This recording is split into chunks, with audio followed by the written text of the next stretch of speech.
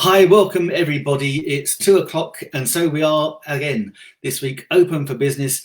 And today I've got a very special treat for you because many of you know I'm a bit of a keen runner, although I'm a touch slow at the moment. But what I have now, I'm joined today by the lovely Chrissie Stephenson, and she is a running coach. So I can't imagine how quick I'm going to get. She says she gets people going further and faster. So let's, without any further ado, bring on Chrissie. Hi, Chrissie. Thank you so much for joining me. Running coach, and based in Richmond or around the Richmond area. Yeah. Cool. Chrissie, first things first, how do you become a running coach? It's very specialised. Yeah, so for me, it's quite a long journey. So I'm 41 now, and I was in corporate world until I was 37. When I was about 28, 29, I got massively into sport. I was someone who could not run around the block. It was embarrassing. It was so embarrassing that I used to go and hide.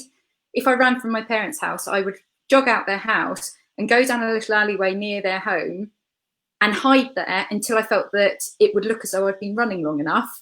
And then because I was so humiliated by how rubbish I was, then I started to learn how to train, how to run. And so within a year and a half from being a complete non-runner, non-athlete, I was then competing at Ironman, which is full distance triathlons. And so you run a marathon at the end. And I was getting times to qualify for GB's team. So huge amount learned. I loved it, obviously. I don't think you can get good unless you enjoy it. And also because I was working very long hours in the city, I had to train smart, as we call it, and avoid all the junk miles, make sure that my training was done right, look after nutrition. For me, with sport, it doesn't matter which one you do. There's your physical training, there's your mental training, and there's your nutrition.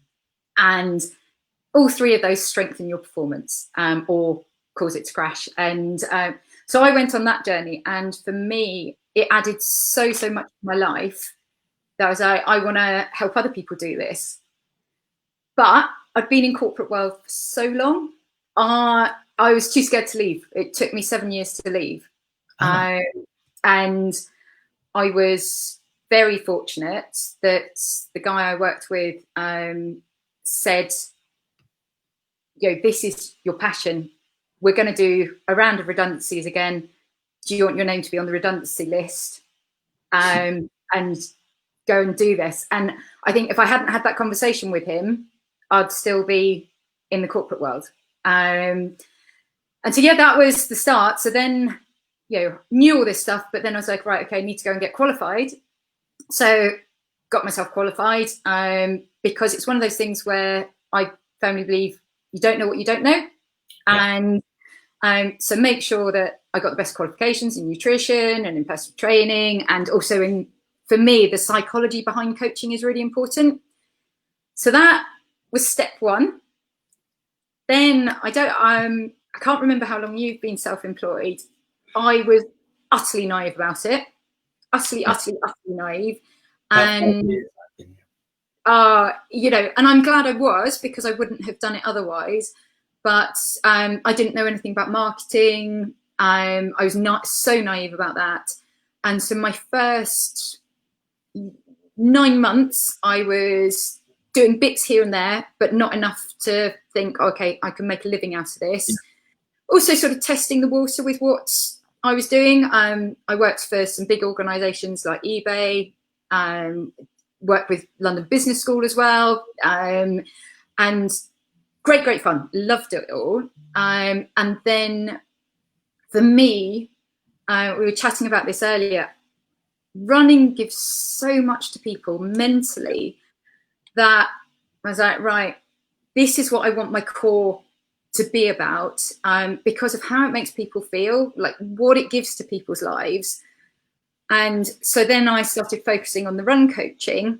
I carried on with my corporate stuff on the side. And then, I don't know if you know this, Nick, So I was 9 months into self-employment, and I was cycling to take a group out, and a guy ran out into the road and knocked me off my bike, and my hip broke, and they weren't sure for another 2 years whether my leg would stay attached. So great as a running coach. So, yeah, that's a challenge. Yes, so that's step one of, it's probably step two. Step one was I knew nothing about marketing. Step two was I was in a very bad state in hospital, and that was hard. That was hard. And also the main nerve into my face stopped working, and so my sight went and my speech went. And so in the world of self-employment, everything just disappeared. I was like, it was overload.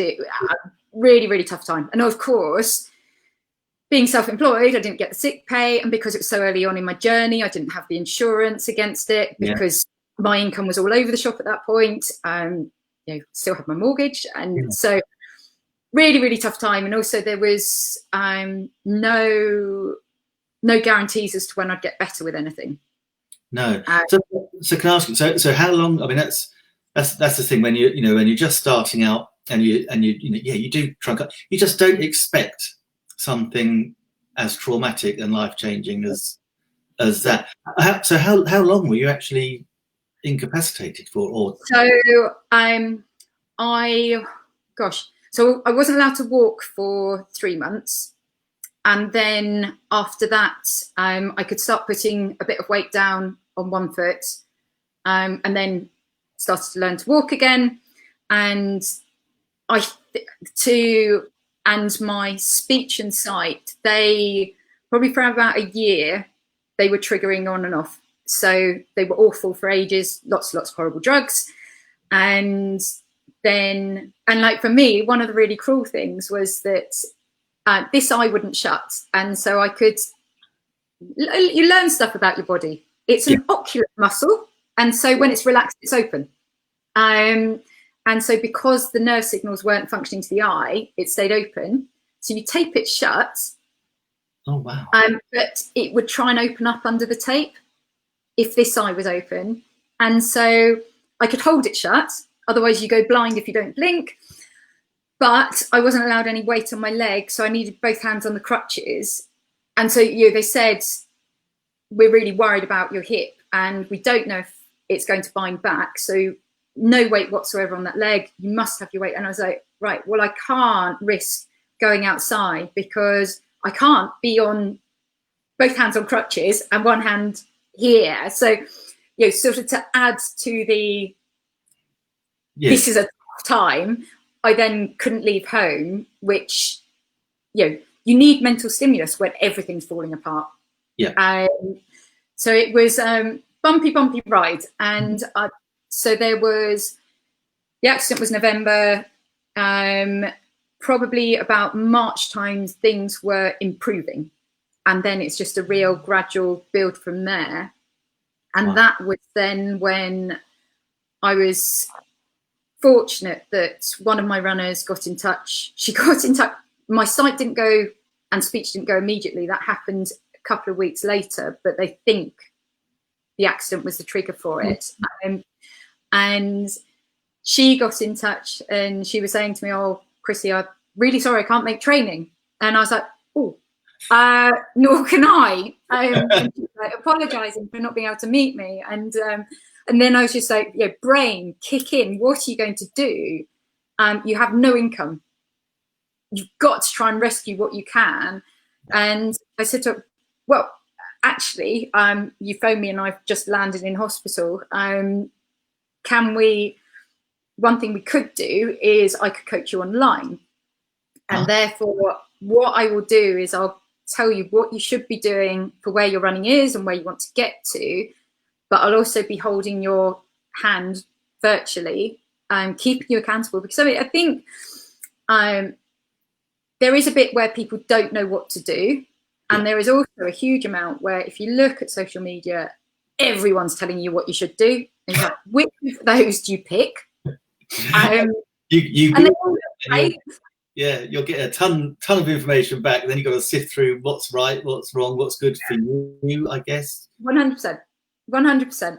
And then also having the accountability to make sure she took the steps that she wanted to. And like we touched on before, there's a lot of people when they enter events, they get quite stressed about the build up to them, get quite worried that they're not good enough, that they're not sticking to plan. So part of it is making sure it's giving that confidence, because when you've got that confidence, you want to put the trainers on and go and do the training.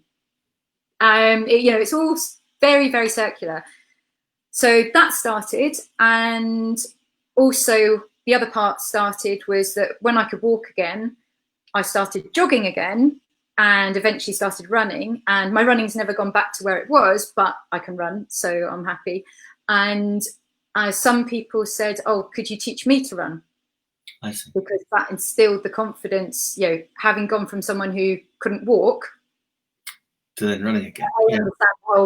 Really understood the process of how hard it is to start. And it's like, I could tell people that I understood that, but people had seen what a mess I was in, to then getting myself back on track again. And so walk to run groups started in Richmond, and they were wonderful. And a huge part, again, it's about having the confidence to go out the door, going at the right pace for your body. Too many people go too quickly and make it. I think people who hate running, who say they hate running, it's often is that they're going too quick for where their body's ready for. So I teach people to slow yourself down to the right pace for you and build yourself up at the right pace for you, and bring the fun back in and stop worrying what everyone else around you thinks. They were wonderful. And then, of course, we have lockdown, which is the next step of challenge, because my walk to run groups, obviously for a lot of them, motivation was a huge thing. And so a big thing that kept them motivated was us meeting. For a lot of the online people that I coach, they wanted coaching to run marathons, run half marathons, and of course all the events got cancelled. So literally overnight again, business gone. And what I was doing with the guys who stayed with me, and it was interesting, some of the guys stayed with me because they're like, more than ever, I need the support and accountability, and I've got to look after myself. And the guys who stayed with me now, they're doing phenomenal things. I've got complete beginners who are running 10Ks every week. Wow. And they've done, and these are complete beginners in their 40s, 50s, 60s. They're not complete beginners who are like 20-year-old athletes. Yeah.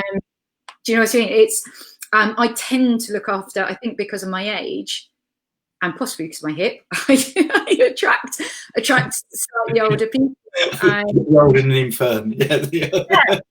Well, I mean, also, we need you.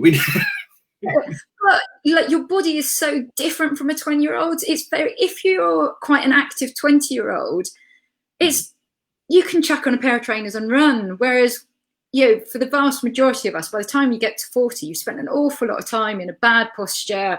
Yes, that's true. Not looking after your body as well as you would like to. We all know what we should do within reason. And so with the guys that we started off with doing, right, okay, let's all run at the same time that we used to, and then have Zoom calls afterwards to hold that accountability, and we can keep the chat going. And then one of them turned around and said, just can't do it. I'm struggling. Would I consider coaching her live over Zoom? I can't see how this could work. And I really don't, but well, we can give it a try.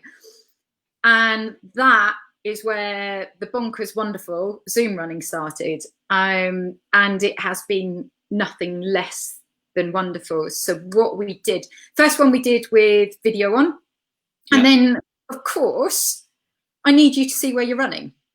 And so we stopped video after the first one. And so I run at the same time as everyone else. So we do a really gentle warm up. I get you warmed up at the right place. We do the right stretches at the start. because if you get that bit right, the running becomes so much easier. I was going to ask you about the whole stretching issue, because I know my, I don't want to name and shame her, but I know my sister who's a GP. She's a little monkey. She never stretches. No. And it's in all honesty, I'm rubbish at getting round to it, but I'm forcing people to do it, so it just becomes incorporated. And it's, if you do the right stretches, different ones at the start to at the end. At the start, it will prepare your body better for the run, and also do an awful lot to protect your joints, which is again super important as we're getting older. I'm assuming that the majority of your audience aren't 18, 20-year-olds. Yeah, no, they're very. They're all super fit Olympians that watch me and my funny little live shows. No, I'm guessing we are all of a similar kind of, probably late 30s upwards. Yeah.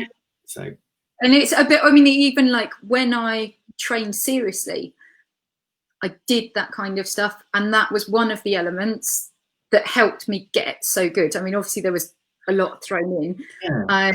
But actually, I broke my hip and I couldn't walk. I've run a half marathon without any injuries since. Wow.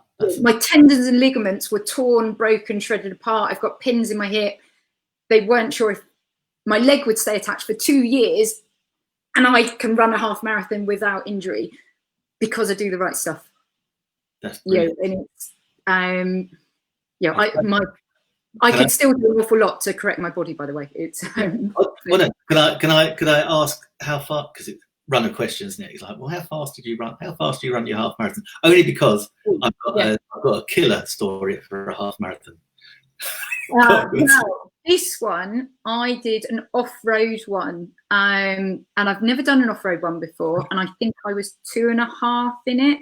So I think I should do a half in about 2 hours at the moment. If it wasn't, it was literally straight up, and there were some parts you had to walk because it was too slippery on rocks, kind of thing. So I should be all right for about 2 hours, I think. But I don't train, as it were, anymore. I run for the enjoyment, for the love, and these nutty Zoom runs. I shouldn't call them nutty, should I? I think they're brilliant. But they're, one thing that's magical about them is they're fun and they're different, and so for a lot of people it's the motivation to keep going. And I have 2 a week, and one of them is an interval session, and I'm doing the intervals at the same time, and all you've got is your headpiece in, earphone in, got your phone with you, attached to Zoom, and I'm coaching you over Zoom. But I think because I run at the same time, you can hear I'm getting out of breath, that it's hard work. I'm feeling the pain as well. And a lot of people have said it's as though I'm running next to them, but there isn't that humiliation of, oh, there's someone sprinting off in the distance. Do you know what I mean? And I totally get that. And that side of things. And then on Monday mornings, we do a steady chatty run, which my aim is to get you out the front door, outdoors before your day starts, before your week starts, doing something good for yourself, setting yourself up nicely for the week. And on that one, I tend to do a few technique prompts on it, because again, it makes such a difference to your running. Yeah, techniques. That's the thing. I'm currently doing this thing on my phone app, only to just get back into running and try not to injure myself. And it's okay because I'm on week 9 now. But I was thinking that this morning is like, I'm still, what it doesn't tell me is how I'm supposed to be running to be more efficient. And it's still, hard work's not the right word, but it's still, no, it's the right word. It's still hard work. My legs seem to be okay, touch wood, but it's like the breathing goes out of, like the other day, it was lovely. I had nice breathing. Today, breathing was all over. It was hot. I was frustrated, and it just wasn't pleasant. But I still liked it. Yeah. Well, I mean, also some of that becomes a little bit self-fulfilling, because as soon as you go, I'm not enjoying this, you start to release a whole load of hormones that exacerbate sort of the adrenaline function, and then your breath becomes shallower because it's as though you're under attack. So there's sort of steps through with everything, and if you release adrenaline, your body is getting ready to sprint away from the tiger, lion, whatever it is. Yeah. And so as a result, you'll often dump glucose into your system, and then you'll probably dump insulin in to bring so the glucose raises your blood sugar, the insulin lowers it down. And so you've got your hormone system go, which again, just aggravates everything. It puts you into a state of stress. And so often, whilst it's the hardest thing to do, is to calm yourself down and to slow it down and let yourself go back to a very steady one. One for you, if you end up doing that, if you feel like that again, 2 things I'd advise on, okay, give a try, is talking to yourself. Say stuff out loud, because when you say it out loud, several reasons for it. One is that if you can speak, you're running slow enough for oxygen to be cycled around your body, and right. Your muscles need oxygen to work. Often it's just that you're going a little bit too quick for your body. So for that, something like, and say it positively, you can be, sometimes people use look to someone else. And it's a really simple one. One that goes into your feet is just go, I can, keep going, I can. Or if it was about someone else, look at someone in the distance and say, he can, she can, keep going. The other one is counting to 100. Count your footsteps up to 100. It's something one of the pros was telling me he did. And he did it on an Ironman where he got to mile 1 of the marathon. It was like, today's not the day. Can't do it. Yeah, my body's not functioning today. So in Ironman, the marathon's at the end. So you've done the swim, you've done the bike, then you go into the marathon. And he said that it was just game over. And this is a professional. And so like for him, he goes through the mental battles. You know, he's taught himself the mental resilience. And so he said that what he decided to do was count. He would run 100 more steps. And so he ran 100 more. And then he was like, he did that first 100, then he's like, right, let's see if I can do 100 more. Carried on like that and finished second in the race. Wow. That's amazing. It's phenomenal, absolutely phenomenal. And what he was doing was, 1, distracting his mind, and 2, slowing his running to a pace that his body was ready to cope for. Because you can't talk if you're sprinting. No, not at all. Well, I have to say, I wasn't exactly sprinting this morning. But it's so true though, Chris, isn't it? You have mental things going on in your head when you just think, why? Even doing like last year, doing the park runs, for example, because we've got it's a 2-lap circuit we do here, and that mental thing of just starting the second circuit of that, and it's just like, because lots of people way in the distance, and you're thinking, really? Yes. I know. I'm never sure on lap courses. I don't know if I prefer them. I think I prefer a single lap course. I would, unless it's a very long distance. But yeah, actually, I'll tell you my half marathon story. I did the Burnham Beaches half marathon a couple of years ago. Okay. When I first came back from Germany, so I was quite fit in those days, and of course it's nice and undulating, very pretty and all that. But I was just coming up to the last kilometre, and I wasn't fast. It was 2 hours 28, I think, something like that. So that's nothing to be. It's good. I was happy. I got round, but I was literally going to walk the last kilometre because there was no one there. There was no one. My Debbie wife hadn't come and cheered me on or anything like that. She just said, "Yeah, go and fill your boots." She said, and I thought, I was like absolutely exhausted. I was thinking, oh, do you know what? Maybe I'll just walk. And I was just about. It was going up a hill, and I was just about to start walking, and then I saw my sister and my brother-in-law and sister-in-law had rocked up. to watch. Okay. It was like, all of a sudden, or good, but there's absolutely no way I could walk, and it was great. It was, I was just those little things, but I think for about half an hour beforehand, my head was saying, "Don't worry, you can always walk it. You can always walk it." And then the other part's going, "Don't you dare run, you little sausage, because you're running very fast." Yeah, and I also think that things like, I think personally a lot of the endurance sports are quite good at, you notice how your brain behaves, and that you do have that dialogue. Whereas for the shorter stuff, it's just right, 1, 2, 3, go.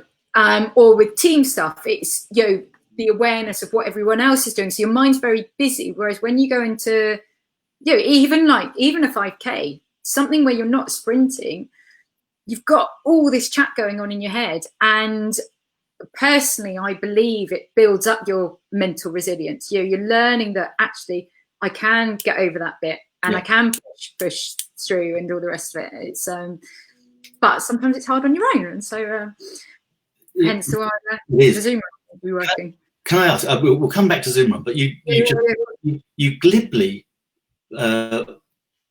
pasted over it earlier when you said you'd been in corporate, and then you just suddenly did this triathlon, this Ironman. Yeah.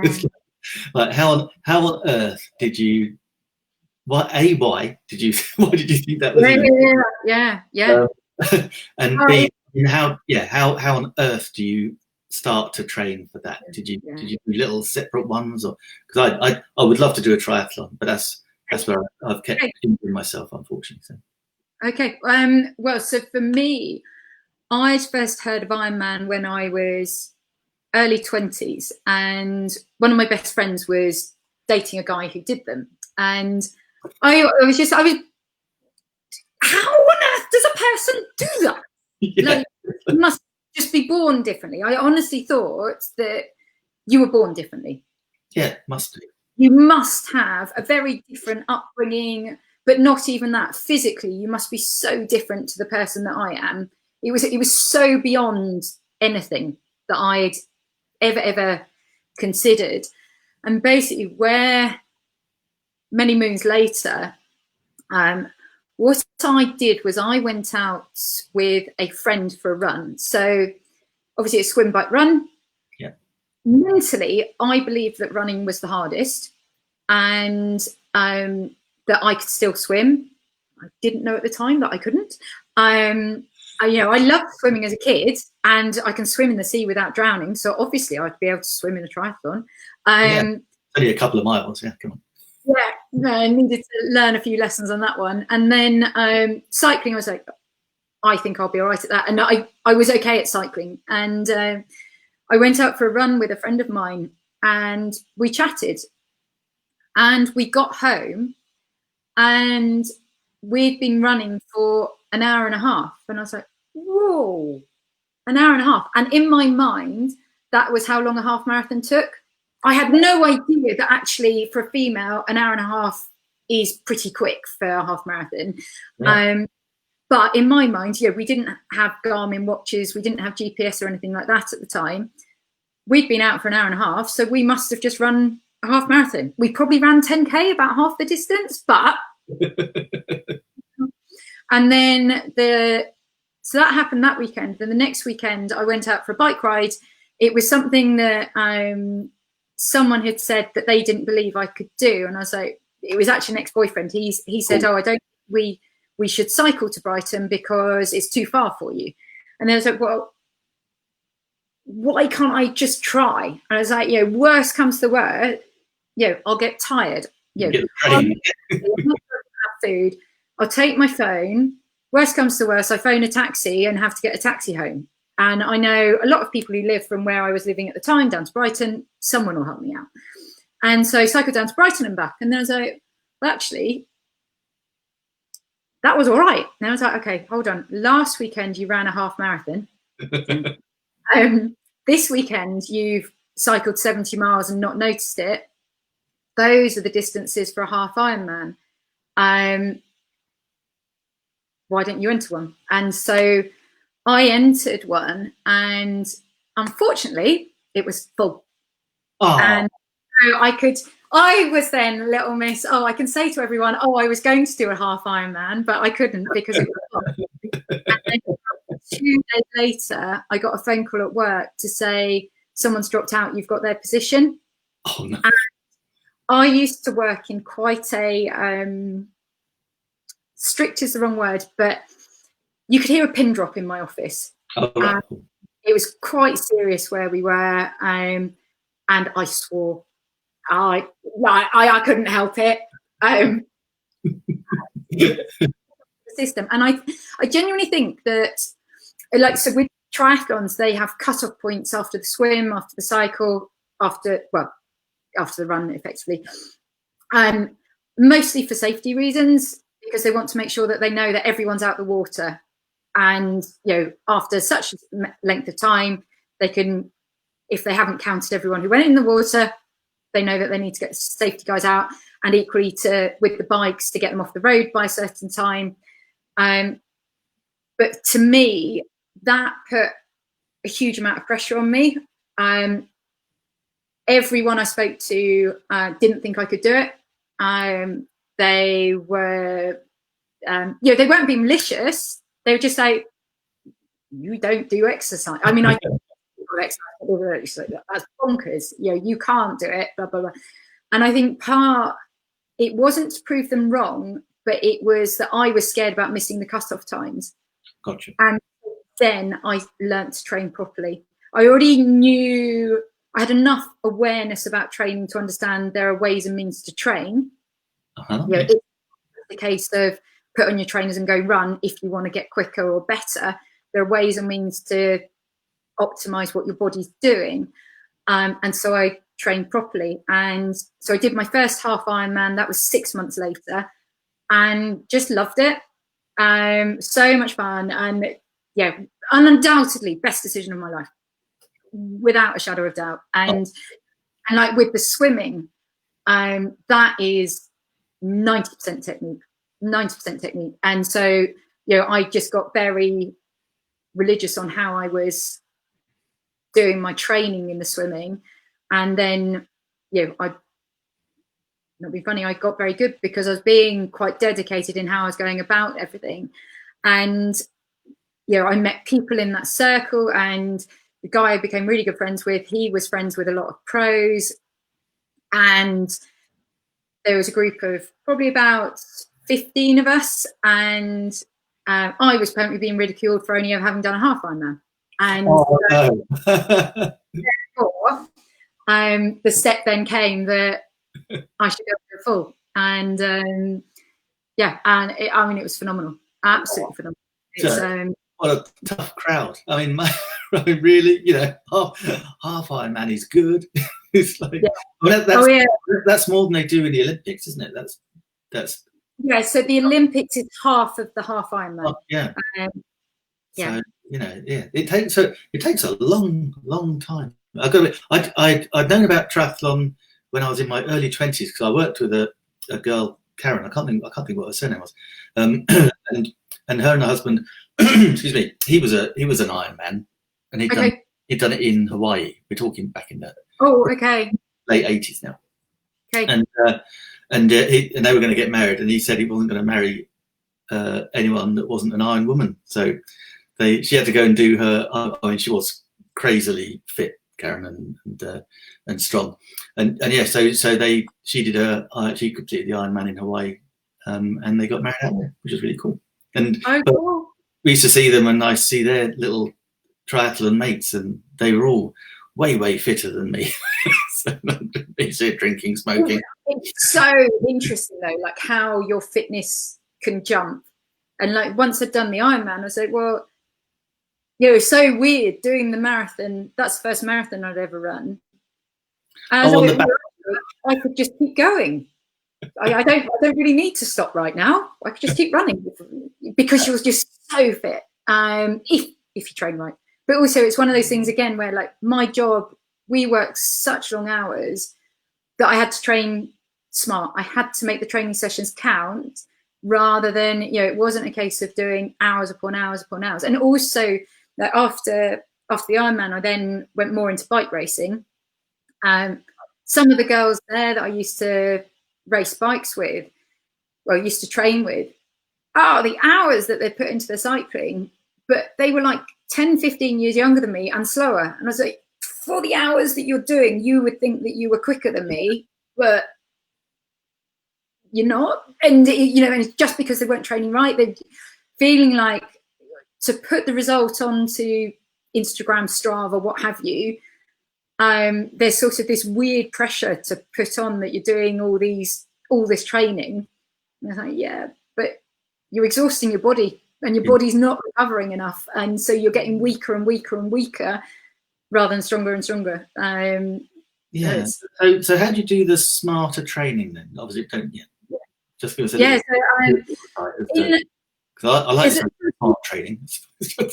Oh yeah, no. They're like so. I'm on Instagram and I'm friends with a lot of really lovely people on Instagram, but I look at what they're doing and I'm like, oh.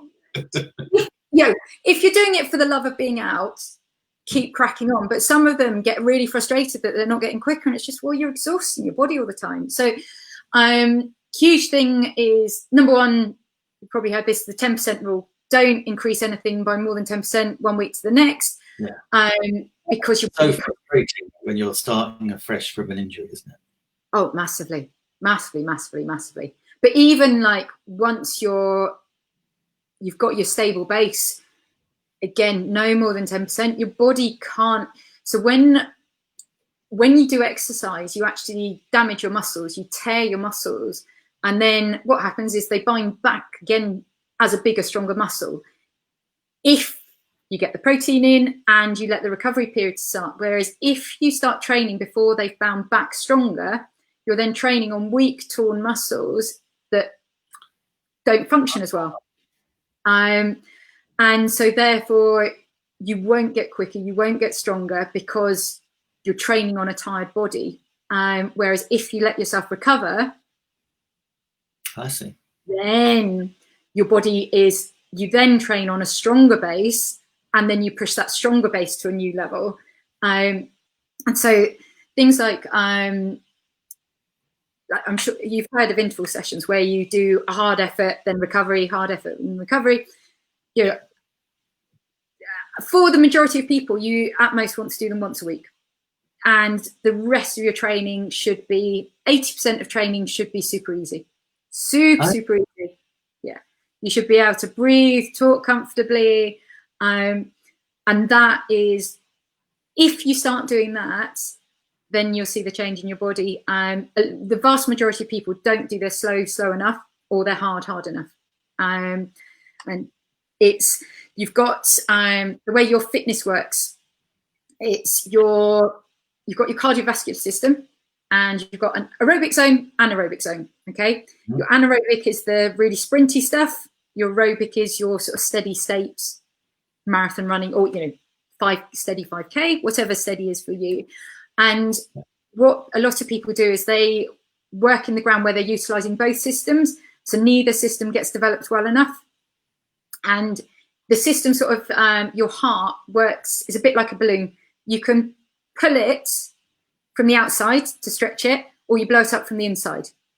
And you make your heart a bigger, stronger muscle. And so the sort of pulling from the outside is like doing all the sprint work, the hard effort stuff. And then the blowing the chamber up from the inside is all the steady state stuff. But you want to focus on one or the other to optimize how your body performs. But 80% at least should be super, super easy. And it's really, really hard to do. Runners should be overtaking you. But when you start doing that, give it a few weeks and then boom, you just notice that jump.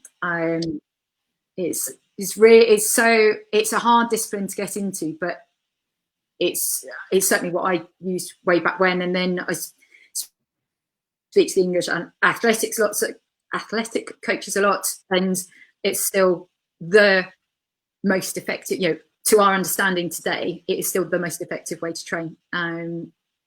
Most effective, wow. People train speed, and it's like, no. The speed comes from training right, at the right effort for your body, not you don't train to a speed. I see. Oh, because I was under the illusion that you got your speed up by just doing intervals that just get you quicker, but not if you're doing them. It helps. It helps. It helps. It helps. Like intervals are very good for pushing your body as long as you're pushing hard enough. And also when you run quickly, you tend to change your running form. And if you run quickly, your knee tends to come up higher. Whereas when you go slowly, sometimes people's feet don't really get off the ground. So you're starting to develop your biomechanics into a quick runner's biomechanics. So if you look at Mo Farah, any of the top guys, their knees come right up, their foot go around and kick their bum, they land their foot underneath their hip. And that circle continues. Whereas if you look at steady people, when they're out, their feet go that far off the ground. I feel like we're shuffling at times. You just think, and also it happens, it's an element of your fitness, your biomechanics, doing the right strength work will help that kick in as well. It's oh wow, it's fascinating, and and I love running, so I could talk to you forever. I want to, and hopefully won't break this now by this new. This new and exciting thing we can do, which is we can do the Zoom run. Let's see if we can. I'll put it down. Look, I'll go on the top. So that's the Zoom run. So that's your PDF. That's a link to your PDF, and hopefully that will appear in the comment section. If it doesn't, I will go whack it in manually afterwards anyway. But yeah, so you got a PDF.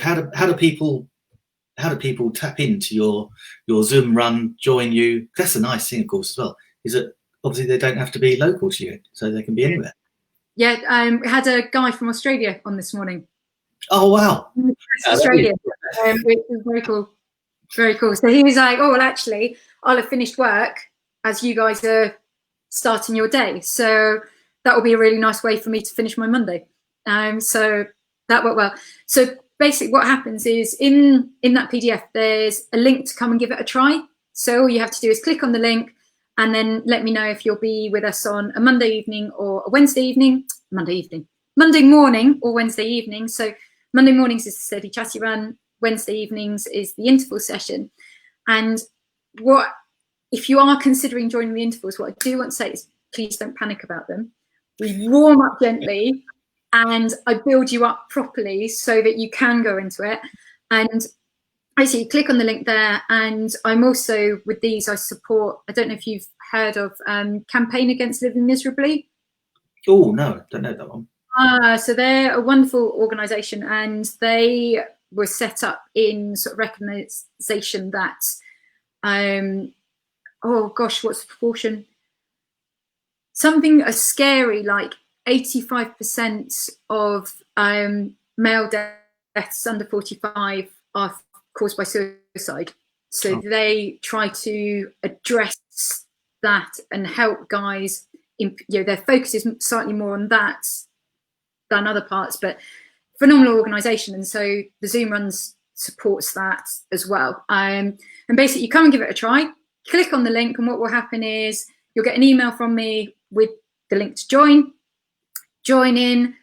If you hate it, I have yet to have anyone who hated it, but you can just cut out. Like, you just turn the call off. There won't be any alarms going off for anyone else. So yeah, all you would need to do is have Zoom, download it on your phone, click the link at the start time. So there's 6 p.m. on a Wednesday evening. The reason for that was get people out away from their laptops. Don't work all the way into the evening. Everyone's working from home so much. Let's step away, go and do something fun, do something positive. And yeah, joining the run, and I let people know when we're going into cool down. So if anybody does want to carry on running, they can carry on running, or they can join us for cool down and stretching. And what time do you do it on what time are you on Monday? Morning? Monday mornings it's 7:45 to 8:25. So okay. My aim is that it still gives you time to get home, quick shower, to start by 9 o'clock. And then on Wednesday evenings we're at 6 p.m. Fantastic. Oh, I love it. And how many people do you have on there now? Is it just growing and growing? Yeah, it varies. August is always a weird month for me because people are away on holiday. although like a few of them were saying, oh, I might actually give it a go while I'm on holiday. No one has so far, but yeah, so it's varying week. It's numbers are very weird at the moment. But we've had I don't know if you saw that Tom Bedford joined, he's a 2:19 marathon runner. So I saw that on your Facebook page, yeah. Yeah, absolutely phenomenal. And I was quite daunted about having him on. And he absolutely loved it. But then I've also had complete beginners on. So it's because it's done on effort, not on speed. It's like, right, you should be running at an effort of 7 out of 10 now, 8 out of 10. This is how you should feel. But isn't that nice though? So you can actually run, you can do your Zoom runs and your training runs with an elite marathon runner. Yeah. But that's, and it's, again, because you're with the time as opposed to the distance. I think that's why one of the geniuses of what you've created there, because it's a level, it's almost like a handicap system for golf or anything like that, isn't it? Suddenly you can run with super fast people because actually you're not running next to them, you're just running with them. That's so cool. And you always run with them, Chrissie, or do you have see where it goes to. One day in the future I might get other coaches in so I can have more times. I have to manage my body to do these sessions. Some people, there's friends of mine out in Hong Kong who want me to do lunchtime sessions so that they can do them after work. But at the moment, 2 sessions a week, my body's happy with. So we'll see where this goes in the future, but it's certainly something that's here to stay. And and I'm doing it, and people are saying that that's one of the biggies, is that I'm doing it live. There's another company who did something similar, but you're just so aware that the person speaking to you is in a studio, not running. And you'll hear me getting out of breath. I won't pretend. It's I'm very that's reassuring though. But I mean, like on the PDF, there's a couple of comments from some of the guys who've come out. So have a look at those, see what people have said. I actually get too many messages back to be able to upload them. I'm trying to get them all uploaded because at the end my phone's full. It's lovely. I'm so pleased. But for me it's about making people feel amazing. And people are saying that they're running quicker than they have done. They've been battling with their running for 3 years and they're hitting PBs. There's a guy who he used to be a professional rugby player, and then he stopped doing that. Then came Zoom. He's been running for, I think he said about 8 years. And what was his 10K time? I can't remember the time now. But since he's done Zoom running, he's smashed his 10K PB and hit the target that never thought he could. He was like, I was a pro rugby player, and I couldn't get that time. Now he does the Zoom runnings, done. And it's one of those things where that when you're with other people, you do tend to push yourself a little bit more than you would on your own. That's so true. I mean, when I do it with my little app in the mornings, it's so easy because it's just me. To just go, what? And people, no, it wouldn't happen. No, and there's something about, and then where I think this also works quite well is because you're not running with someone else by your side. So some people I know will slow down to make the other person feel better. Some people will get frustrated because the other person's too slow, and so you don't ever really push your body to your own body's limit. Whereas with this, people are going right up to their limits, and that's what's making the difference in the training. So it's very cool. Oh, fantastic. Well, guys, we've got the comments. We put the links in the comments. It's on both the YouTube channel and on the Facebook comments. Download that PDF and give it a go. Chrissie, sorry, the time has flown by. I can talk for Britain. It breaks my heart to call it a whole.